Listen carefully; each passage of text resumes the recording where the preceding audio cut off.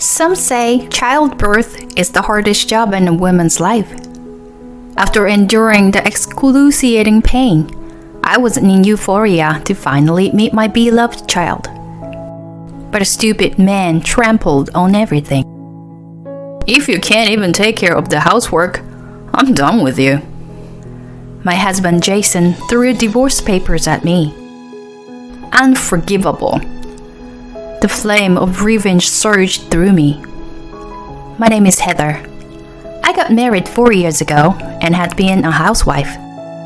We had hoped to have children as soon as we were married. Unfortunately, I wasn't able to conceive even after a while. When I came to realize it, I was already 30 years old. I was getting impatient seeing women around me having babies. My friends who had babies showed me apps to calculate my ovulation and recommended Chinese herbal medicines to boost my fertility. I tried everything, but nothing was successful. After 3 years of trying, I suggested to Jason that we go for an infertility treatment, but he refused. His reason was it was too much of a hassle. Many women get pregnant without medical help, don't they? Have you been putting in enough effort? He was totally ignorant about conception. It wasn't just up to me, but his effort was necessary too. I had tried to make him understand that, but he wasn't interested. You're overreacting. It's a waste of money to go for the treatment. He insisted it wasn't worth spending to conceive. I fell in love with him for being a sweet and caring person. But I wondered if it was all a delusion. A minor hiccup slowly turned into distrust. Before we were married, he wanted to have 2 kids. And he was eager to share the duty of housework and bringing up children. I assumed he was also feeling the pressure and stress. We were having more arguments over infertility issues, and maybe I was being a little too sensitive. As I reflected, I tried to be more affectionate and caring towards him. Love you, hon. Thank you for taking the trash out. However, I couldn't help but notice that we were becoming more distant. Are you not knocked up yet? You're already 30, aren't you? Isn't it getting too late? Why can't you get pregnant? A woman comes of age once she bears a child, right? The heartless words of Jason stopped me each time. My only ally was his mother, Maggie. Don't say such terrible things. Don't mind him. She lived nearby and was a very kind mother-in-law who brought delicious food that she wanted to share with us every weekend. She scolded Jason for his nasty words and deeds and always defended me. I, too, couldn't get pregnant for a long time. And my mother-in-law used to make comments about it. It was really hurtful to hear on top of my own anguish. My parents had passed away already, so I trusted her like my own mother. You can talk to me about anything. I was thankful for her kindness. She lost her husband early and raised Jason alone. The words of a strong woman were most reassuring. How can such an insensitive man like Jason be the son of this sweet woman? I couldn't help but wonder. At such a time, I became pregnant. Our long-awaited first child after 5 years of marriage. No way. Really? Happiness trembled inside of me as I clutched the test kit. Congratulations! That's really great! I'm very happy for you. I shared the joyous news with Maggie first. Thank you so much for all your support, Maggie. Nonsense. I'll always be here if you need me. Don't forget that. I wanted to surprise Jason and watch his face brighten up. I looked forward to him coming back home that day. But... Oh, finally! I felt a sting of pain at his nonchalant reaction. It's our long-awaited baby. Aren't you excited? For what? There's nothing to be excited about. It's such a normal thing. Wow, what a killjoy. I expected him to be overjoyed, so I couldn't hide my surprise at his unexpected reaction. Normal couple would have 2 kids by now. It's just that you are an anomaly. Why was he making fun of me compared to others? My dim hope of reconciling our relationship by this pregnancy had disappeared into thin air. I didn't mean to cry, but tears welled up. I was going to be a mother, so I must be stronger.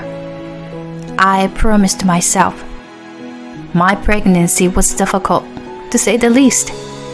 My morning sickness was so awful that I worried about if I could carry out to the full term. Not only morning sickness, but I had to endure desperately with our occasional illnesses. Because I couldn't take over-the-counter drugs. Even at such times, Jason didn't care, but looked at me coldly. Where's my dinner? Sorry, I'm feeling too bad that I can't prepare it. Can you make it yourself? What the? You are a housewife, right? Do your job. But I'm feeling terrible. Why can't you just help out? Whatever. I'm gonna eat out. He was petulant and left the house. Maybe, just maybe, I had a fault too. But his inconsiderate attitude towards his sick wife was very upsetting. Whose baby did he think I was carrying? I thought it was better to keep calm and had a talk once he was back. When he returned after 1 hour, I showed him something. I went for a checkup today. Our baby is getting bigger. You see? I hoped that an ultrasound image would help him realize the fatherhood and would have started treating me better. But his reaction again was like, And? He wasn't even interested. It's your baby. Have a good look. It's just an image. Can nothing work on him anymore? A feeling of resignation was slowly beginning to grow inside me. I couldn't make him get more involved in this pregnancy. So I consulted with Maggie. She was astounded to hear about the incident. She never imagined that her own son was mistreating his wife.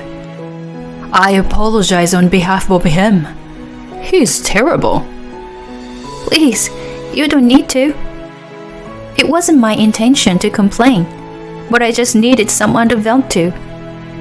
Can I come over sometime? If I see him acting oddly, I would scold him. I assume he wasn't really gotten a grasp on it. He should come around if I speak to him. Of course, please do. I readily accepted her suggestion. It was important for the baby to be born into happy parents. So, I wanted to fix our relationship. However, my expectation crashed once again. What are you doing here, Mom? I'm helping Heather, of course. It's a huge job to carry a baby to the term. Jason's fullness was unstirred by his own mother. I heard what's been going on. You are terrible. You need to grow up for your future child. Don't rely on Heather too much. It seemed that absolutely nothing could reach his brain.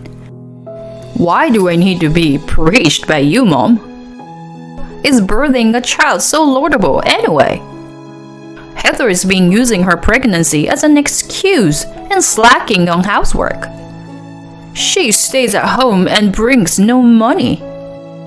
But she was going to waste it on infertility treatments. I don't get it at all. I was appalled to find out what he had been thinking. I'm not just slacking. I've been feeling too sick to even do my daily things.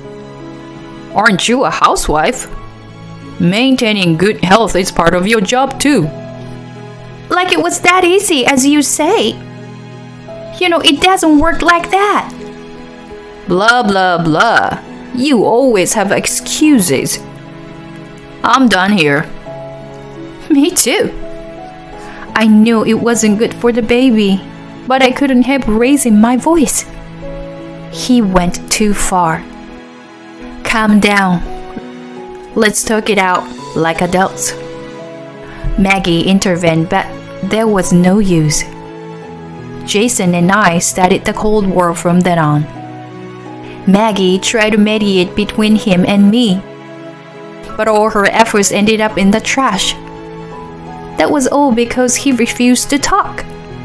He started coming back home late and stayed out almost all day on weekends. We were no longer husband and wife.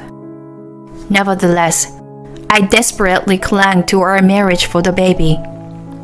To welcome the baby into the world, I could endure any hardship. I focused on childbirth first and took care of my life from then on. No stress, moderate exercise, and a well-balanced diet. And then came to the day of delivery. The labor was very long, but my healthy daughter was born. It was absolutely unforgettable moment to hold my child for the first time. I was overtaken by love and gratitude for her.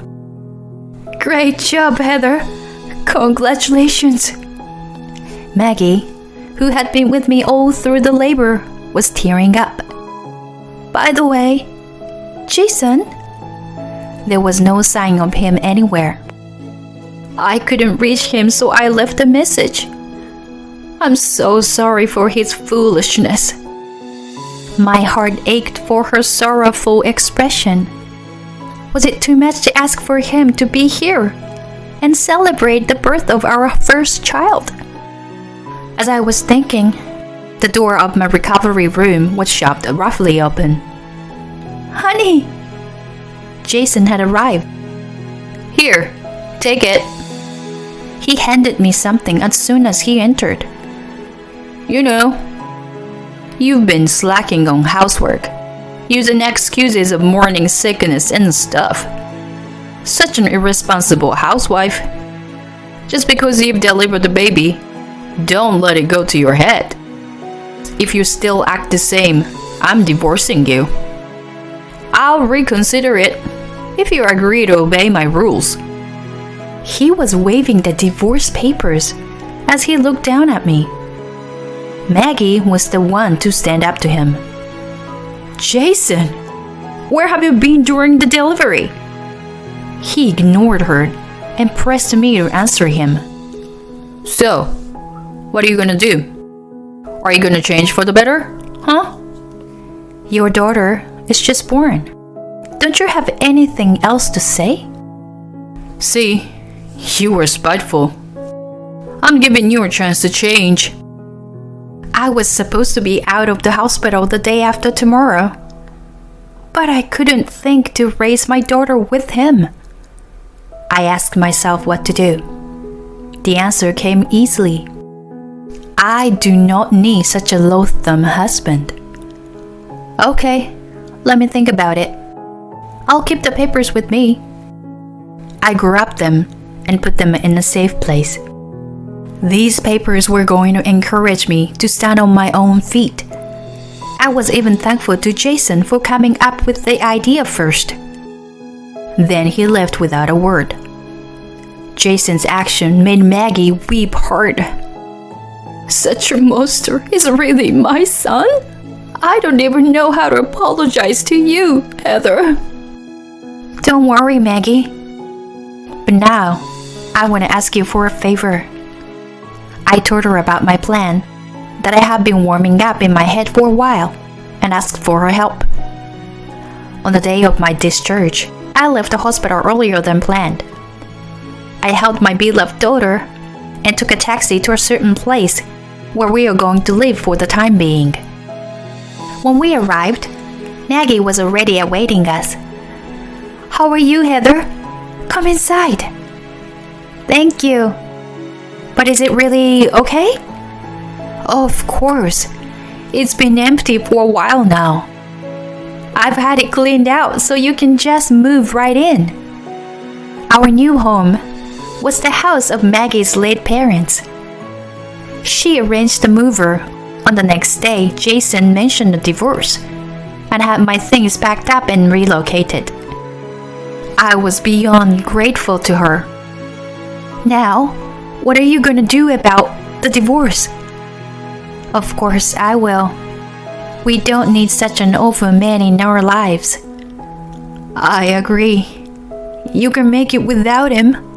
I will support you whatever you decide to do. But we will no longer be related. Are you okay with that?" "Never mind. I always think of you as my own daughter anyway. No difference from now on." Her kindness warmed my heart. "I always think of you my own mother too. I wish to keep our new friendship for a long time." We smiled and hugged each other tightly. The three of us will get along just fine. Since then, Maggie and I deepened our friendship. The night I was discharged, Jason called me. Hey, where have you gone? "None of your business." The nurse told me you were already gone when I came by. Weren't you supposed to be out in the afternoon? And your things are all gone from the house. What did you do with the divorce papers? It was the right idea to leave earlier. If we had bumped into each other, my plan wasn't gonna work. Of course. I've signed and left them with my lawyer. What? Why did you do that? What do you mean? You brought them to me. I just wanted you to change your attitude. Besides, how could we divorce now that we have a child? You were such a fool. What? Who do you think you are? You are the fool who doesn't care about our child and suggests to divorce in the first place. Don't regret it. Whatever you say. We are strangers now. But I'll demand proper child support. It is our daughter's right. My lawyer was supposed to contact him for the details later. Jason didn't really think that I was going to divorce him, but I didn't care. Have a nice life. I hang up on him and run to my beloved daughter. I had to be strong for her. I couldn't be intimidated by something like this. Afterward, I sent him my child support request through my lawyer. As for the division of property, I decided to hire Maggie's attorney. I was really grateful to have a strong support system. Jason had finally grasped the reality after a call from my lawyer, and he sounded more and more feeble by day over the phone. Babe, I think I've done terrible things to you. I'm really sorry. So what? So, I'm hoping to get back together for the sake of her daughter. Right. Impossible. I could not just forget and forgive. The calamity on the day of my childbirth was deeply rooted in my brain. It was hideous to know that the guy who looked down on me and made fun of me was now such a wimp. Then he started justifying himself. I was really happy when you got pregnant, but I was also anxious, so I took it on you. You should have been sweeter and more attentive to me. If you thought of me before anyone else. Here he was, still blaming me. I was up to the roof. I blurted out all my frustration at him. How old are you? You sound like you misunderstand a wife as a mother. What an immature baby. You wanted to take care of? That's exactly what I wanted from you. When I would stress about not getting pregnant and sick during my pregnancy, you never showed a hint of sweetness. You only care about yourself. I'll never forgive you. You must not ever get married. You better end your life alone and lonely. I'm serious. Don't ever get in touch with us. I get chills just hearing your voice. I hang up the phone. Wow, I finally hurled out all the frustrations and resentment. I felt so much better than I expected. Are you feeling okay? Yes, so much lighter. We gave high five to each other. We had to become like real mothers and daughters. After that, Jason became a center of gossip at work. People were curious about the divorce right after childbirth, which sounded more like a soap opera. He was too lonely living alone, so he went out binge drinking with his colleagues. Out of his drunkenness, he explained the tiny details of our divorce, which backfired and isolated him from the others.